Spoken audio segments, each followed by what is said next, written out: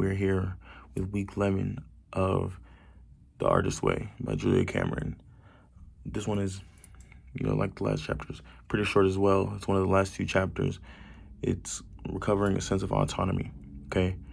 So she starts off just talking about how, when we're first starting out, there's all kind of stuff we're doing for free.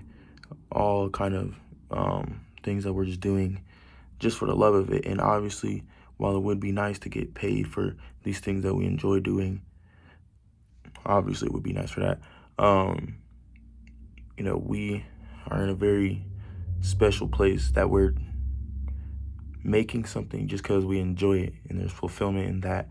And if we really are doing a good job, we don't even really need payment. It's just, the fulfillment.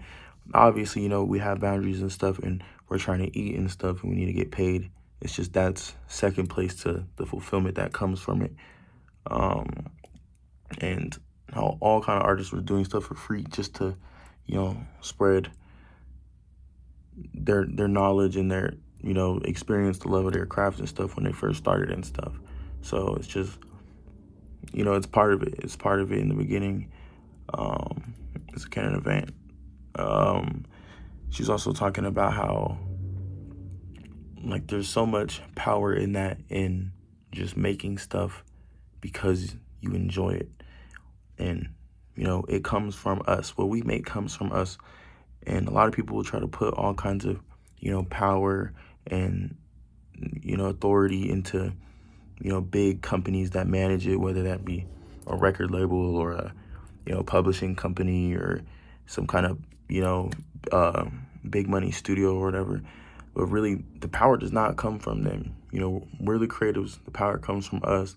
Without us, there wouldn't be that money-making machine on the side. So they need us, and we should move accordingly with that. Especially, in 2026, we have the internet. We could have, studios in our phones. We could, source all kind of our own things. There's all kind of resources and that we could pull from.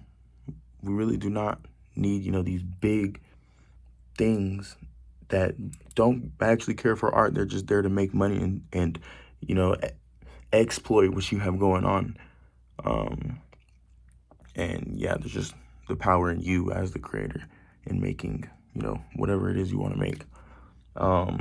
She's also talking about how most artists, even the most affluential artists, the most famous artists of all time across all different mediums, they were creating and they were working a day job or something, or multiple, or they had other streams of income going for them, because they had to. That's like the way the world is set up. That's just how it is. And like a lot of people that want to be creative but haven't really started yet, they have the mindset of like, oh, if only I could, just be a full-time artist just right now, full-time, just make shit all day, live off it. That would be so nice. Obviously, that would be nice, but like, what's also not talked about is the feeling of when someone is throwing money at you and expecting something that you care about so much to be tailored to them.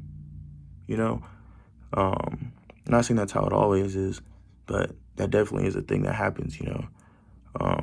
So there's just so much joy, and there is so much power in, doing stuff because you care about it, even if you're not getting paid for it yet, just because you enjoy doing it, and all kind of artists start off with a day job. Obviously, you hear about, the ones that have been doing something from the beginning because they're born into this, that, and a third. Obviously, there's those people.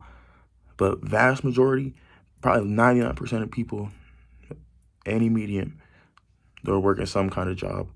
You could look it up. They was working at the Wendy's just like me and you. They was working at some kind of mall. They was working at some kind of retail job. There's probably butting heads with their coworkers and managers and stuff because they didn't really enjoy that work. But that's just a part of the process, and that's just how it's always been. That's how the world's set up.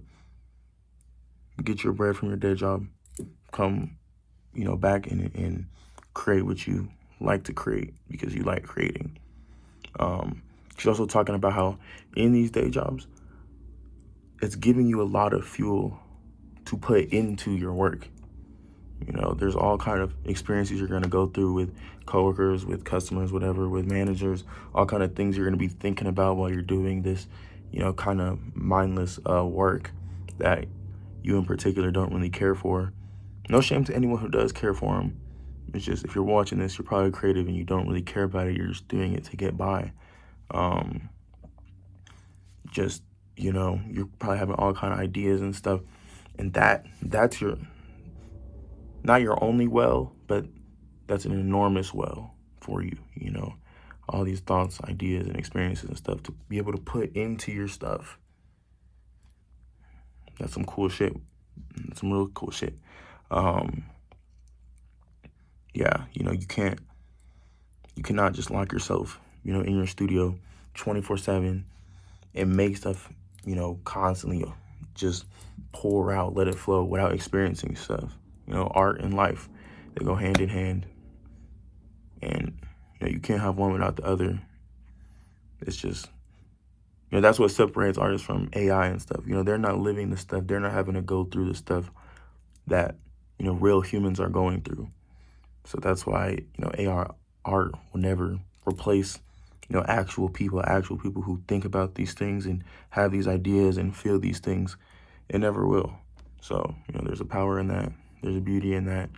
The last thing she was talking about was just handling rejection.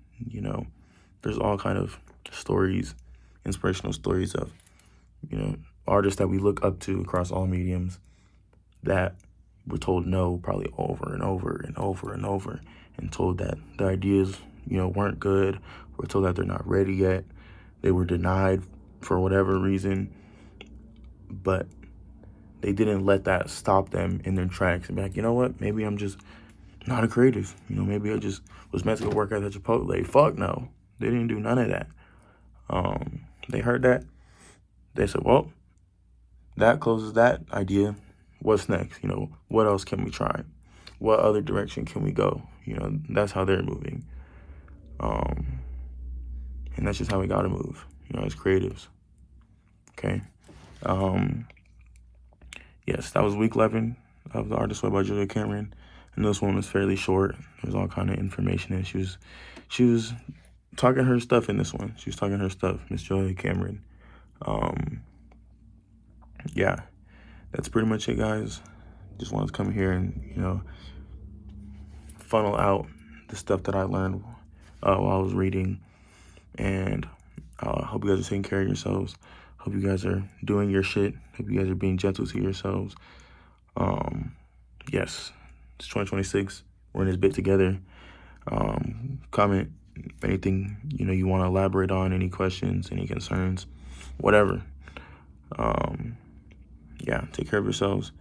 And I'll see you next week for week 12 of The Artist Way. Take care.